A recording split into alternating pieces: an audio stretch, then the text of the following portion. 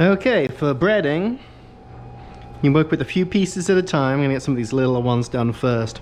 And you want to have one hand that's going to go into the egg and one that's not.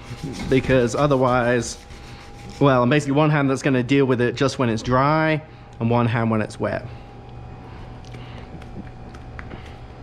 You want to make sure to get all that flour off the outside, because if it's clumped on the outside, then the egg is going to come off in patches and you're not going to get a good seal. You notice I've gone ahead, even though the flour, breadcrumbs, egg are all seasoned, I've gone ahead and seasoned the pork. Alright, make sure it's nicely coated. Now each piece, as I take it out, make sure it's fully covered into the breadcrumbs. I'm not going to get all three of them in at once. I'm going to get one in, make sure it's well coated. Also helps if you have some breadcrumbs down in your pan. Put some on the outside.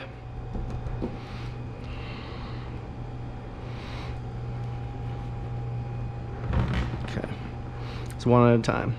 I got my eggy hands and my dry hands. These are just some of what in the industry we sometimes call Scooby snacks. Pieces which aren't really big enough to serve on a plate, but you might have them for a family meal.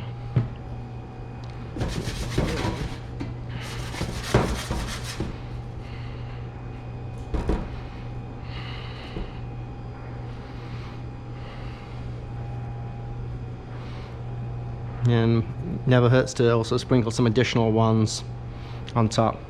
Alright, I'm going to get the rest of these done, and then I'm going to let these chill for a little bit, and that's going to help the breadcrumbs adhere a little bit better on the outside. Once I get it done, I'm also going to take any of those leftover breadcrumbs, and I'm going to pack them all the way around the outside. So I'll put them some more down on the bottom, I'll pass them up on top.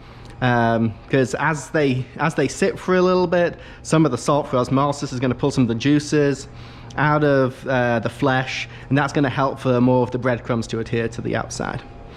Okay, back in a second to show cooking them off.